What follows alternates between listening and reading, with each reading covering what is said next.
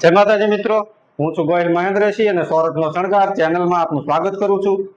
અને આપણે ઓલા બીજા ભાગમાં જે વાત કરી હતી જેત્રસિંહની, જેત્રસિંહની વાત આપણે કરતા કરતા ગુલામ વંશ સુધી પહોંચ્યા હતા કે આ છેલ્લે ગુલામ વંશ કેમ કહેવાય છે। દિલ્હીમાં જે ગુલામ વંશની સ્થાપના થઈ 1206 થી 1290 સુધી ગુલામ વંશ રહ્યો, પણ એ ગુલામ વંશ કેમ કહેવાનો એની થોડીક આપણે ડિટેલમાં ચર્ચા કરી। બહુ લાંબી ચર્ચા નહીં કરી, પણ એક થોડી ઘણી ચર્ચા કરી અને પછી જેત્રસિંહની હારે કનેક્ટ થાય અને ઇલ્તુત્મિશે એની ઉપર ચડાઈ કરી, ત્યાં સુધીનો ભાગ આપણે ગુલામ વંશનો જોઈશું।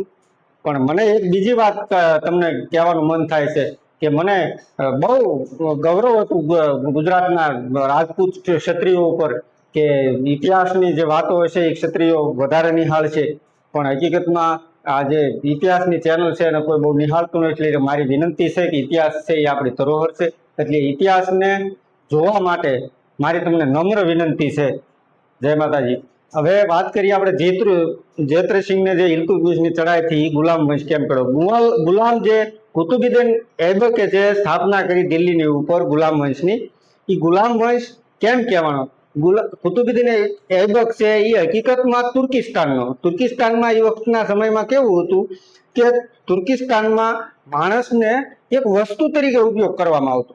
વસ્તુ એટલે કેમ આપણે વસ્તુ કોકને વેચી દઈએ, એમ વસ્તુ તરીકે એ તુર્કિસ્તાનમાં એ વખતે માણસનો ઉપયોગ કરવામાં આવ્યો। કુતુબુદ્દીન ઐબક છે એ નાનો એવો હતો એટલે એને એક વેપારીને વેચી દીધો, પ્રોફિટ કમાવા હાટુ, નફો મેળવવા માટે થઈને। ત્યાં આગળ માણસોની એ સમયમાં જ્યારે ભારતની સંસ્કૃતિ છે શિખરો સર કરી ગયેલી તે વખતે તો ત્યાં માણસો વેચાતા હતા।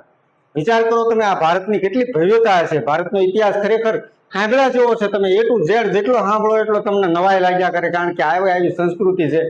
હવે એ વખતે એને વેચવામાં આવ્યો વ્યાપારીને, કુતુબુદ્દીન ઐબકને।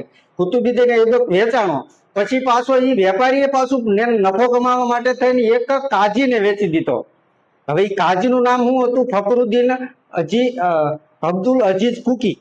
હવે એને વેચવામાં આવ્યો એટલે એને એ માણસે એને મોટો કર્યો, ભણાવ્યો ગણાવ્યો અને મોટો કર્યો, પણ કાજીનું જેવું મૃત્યુ થઈ ગયું એટલે પાછું જે કુતુબુદ્દીન ઐબક હતો એને પાછો એના છોકરાઓ જે હતા એને પાછું પ્રોફિટ કમાવા હતું, નફો મેળવવા માટે થઈને પાછો એને વેચી દીધો। હવે એ કોને વેચ્યો? એને મોહમ્મદ ગોરી, જે આપણે પૃથ્વીરાજ ચૌહાણ ની હારે જેને યુદ્ધ કર્યું હતું, તરાઈનું બીજું યુદ્ધ, જે પૃથ્વીરાજ ચૌહાણ। હવે મોહમ્મદ ગોરીએ એને જોયો એટલે એને એમ લાગ્યું કે નહીં, આ કોઈક વ્યક્તિ બહુ વફાદાર છે, ઈમાનદાર છે, એટલે એને કુતુબુદ્દીન ઐબકને વેચાતો રાખ્યો। અને પછી એને ઘોડાહર આવે એને એ વખતમાં જે ઘોડાહર એનો એને મંત્રી બનાવ્યો। અને પછી તરાઈનું યુદ્ધ પૃથ્વીરાજ ચૌહાણ હારે છું 1192 સાલની અંદર। 1192 સાલની અંદર તરાઈના યુદ્ધમાં પૃથ્વીરાજ ચૌહાણની હાર થઈ। પૃથ્વીરાજની હારની થઈ પછી જે કુતુબુદ્દીન ઐબક હતો એને અહીંનો લાહોરનો, જે પાકિસ્તાનમાં લાહોર છે, લાહોરનો જે એનું મહત્વ એટલે મુખ્ય સેનાપતિ તરીકે અહીંયા એનો ઠેકાણેદાર કે જે કાંઈ ગણો એ દિલ્હી ઓલો કરી સોંપી અને મોહમ્મદ ગોરી છે એ ન્યા વિયો ગયો। મોહમ્મદ ગોરી ન્યા ગયો એટલે એનું મોહમ્મદ ગોરીનું મૃત્યુ થયું। એટલે ઈસવીસન 1206 સાલની અંદર જે કુતુબુદ્દીન ઐબક હતો એને સ્વતંત્રતા સ્થાપિત કરી દીધું। એટલે એ દિલ્હીનો કે ભારતનો રાજા બની ગયો। એટલે જે ગુલામ હતો અને રાજા બની ગયો। એટલે એને પહેલા તો એ વેચાણ થયેલો અને ગુલામ બનેલો, એટલે એ ગુલામ વંશ કહેવામાં આવ્યો। હવે ગુલામ કુતુબુદ્દીન ઐબક છે એના મૃત્યુ પછી એના વારસદારમાં જે આરામ શાહ કરીને એક એનો ગાદીપતિ બન્યો। એટલે એને આરામ શાહ, એટલે નામ ઉપરથી ખરો બહુ આરામ કરતો હતો એટલે એને આરામ શાહ નામ એવું આપવામાં આવ્યું। પછી જે કુતુબુદ્દીન ઐબકનો જમાઈ હતો ઇલ્તુત્મિશે એના આરામ શાહને મારી અને એની ગાદી ઉપર બેસી ગયો। અને ઇલ્તુત્મિશે છે એ પછી આ જેત્રસિંહ હારે અહીંયા કનેક્ટ થાય છે 1227 ની અંદર। એને જે નાગદામાં જે ઉદયપુર જિલ્લામાં આવે છે. એ નાગદામાં જે એને ચડાઈ કરી અને પછી ત્યાં આગળ ચડાઈમાં એ હાર્યો, એમાં અલગ અલગ મત છે ઘણાના. કોઈ એમ કે છે કે 1222 થી 1229 સુધીમાં ગમે તારે ઇલ્તુત્મિશે ત્યાંની ચડાઈ કરેલી, અને ઘણાનું એવું કેવું છે કે 1227માં મેવાડ ઉપર ચડાઈ કરેલી. પણ મેવાડ ઉપર ચડાઈ કરી એટલે એને ત્યાંથી ભાગવું પડ્યું ઇલ્તુત્મિશને, કારણ કે જૈત્રસિંહ છે એ બહુ શક્તિશાળી રાજા હતા, એટલે ત્યાંથી એને ભાગવું પડ્યું. ભાગ્યા એટલે જે નાગદામાં જે રાજધાની હતી એમાં બહુ તોડફોડ ને કોહરામ મચાવ્યો હતો એ લોકોએ. એટલે પછી જૈત્રસિંહે પછી એ ગાદી છે એ ફેરવી અને પાછી ચિત્તોડમાં સ્થાપી દીધી પાછી. અને ચિત્તોડમાં સ્થાપી અને જૈત્રસિંહ વિજય રહ્યા એના આપણને બે એક એવા શિલાલેખ મળે છે કે જે આબુ શિલાલેખ છે અને એક બીજો છે ચીરવા શિલાલેખ. એમાંથી જૈત્રસિંહ જે વિજય રહ્યા એની આપણને માહિતી મળે છે. હવે જૈત્રસિંહની બારામાં બીજા એક જે લેખન થઈ ગયા જયસિંહ સુરી, જે વડોદરાના હતા. હવે એને એક પુસ્તક લખ્યું અમીર મદ મર્દન. ગુજરાતમાં એ વખતે ધોળકામાં વીર ધવલનું રાજ હતું. વીર ધવલ વાઘેલા વંશના બહુ એક મહાન રાજવી હતા. હવે એની બારામાં રાજસ્થાનના ઇતિહાસમાં એ લોકો શું કહે છે કે વીર ધવલે અહીંથી, એ જે જયસિંહ સૂર્ય એના પુસ્તકમાં લખ્યું છે કે વીર ધવલે અહીંથી એના એક માણસ કમલને મોકલ્યો. કમલને કીધું કે તું જા ત્યાં ચિત્તોડમાં મેવાડમાં જે છે એ હું એના હાલચાલ છે. એટલે કમલ અહીંથી ત્યાં ગયો મેવાડમાં. મેવાડમાં એ મુસ્લિમનો વેશ ધારણ કરીને, આ જયસિંહ સૂરી લખે છે, મુસ્લિમનો વેશ ધારણ કરી અને ત્યાં આગળ જે યુદ્ધ હાલતું હતું ત્યાં એમ કે છે કે ઇલ્તુત્મિશની સેના છે એ આની ઉપર ભારી પડી ગઈ હતી. એટલે આને એવો હોબાળો કર્યો કમલે કે એને ખોટી અફવા ફેલાવી કે ભાગો, એ કે વીર ધવલ આવે છે, ભાગો વીર ધવલ આવે છે. રાજસ્થાનનો ઇતિહાસ આ વાતને ના પાડે છે. રાજસ્થાનનો ઇતિહાસ આ બારામાં શું કહેવા માંગે છે એ હું તમને જરાક ચોખવટ કરી દઉં. જે વીર ધવલ એ વડોદરાની અંદર એક જૈન મંદિર બનાવેલું. જૈન મંદિરમાં વીર ધવલના બે મંત્રી હતા, વસ્તુપાલ અને તેજપાલ. વસ્તુપાલ અને તેજપાલ એ મંદિરમાં બહુ પૈસા લગાડેલા, એટલે એના માલિક કોણ બન્યા? એના વીર ધવલ. અને વસ્તુપાલ તેજપાલ એના મંત્રી. એટલે અમીર મર્દનમાં જયસિંહ સૂરીએ એના વખાણ કરવા માટે એવું લખ્યું કે ભાગો, આ વીર ધવલ આવે છે એટલે ઇલ્તુત્મિશની સેના ભાગી. રાજસ્થાન વાળા એમ કહે છે કે એવું કાંઈ બન્યું નહોતું.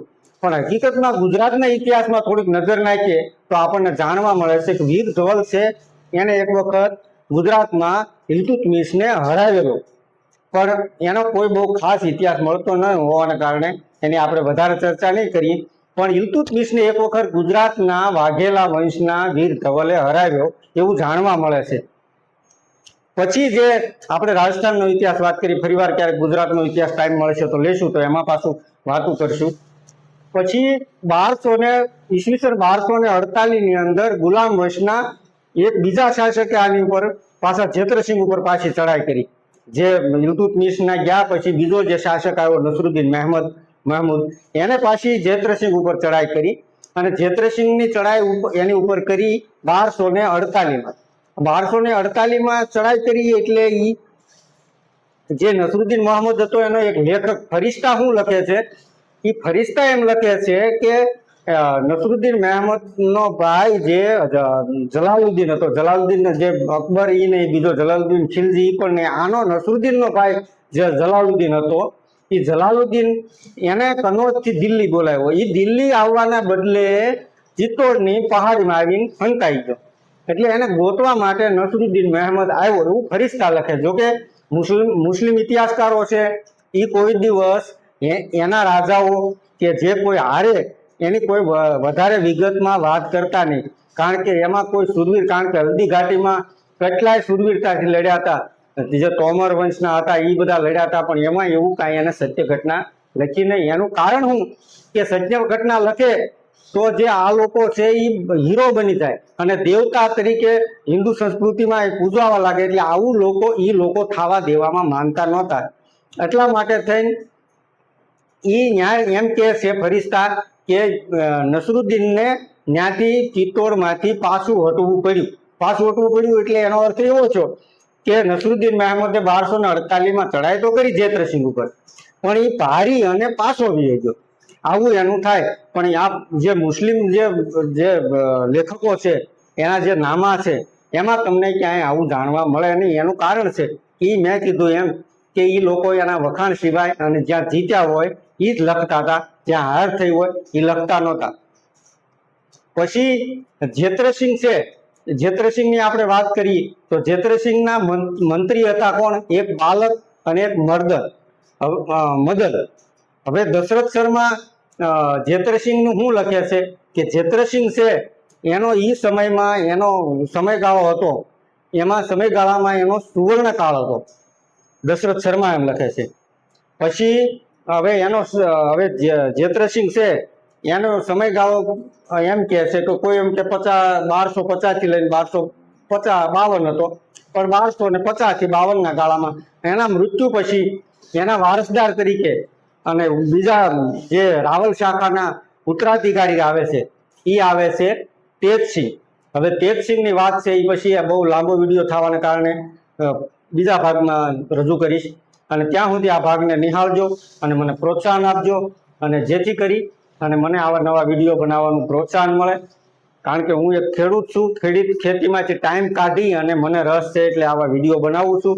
જેથી કરીને તમે નિહાળજો તો હું આવી રીતે ટાઈમ કાઢી અને પાછો નવા વિડીયો તમારી સમક્ષ રજૂ કરતો રહું. જય માતાજી, જય હિન્દ.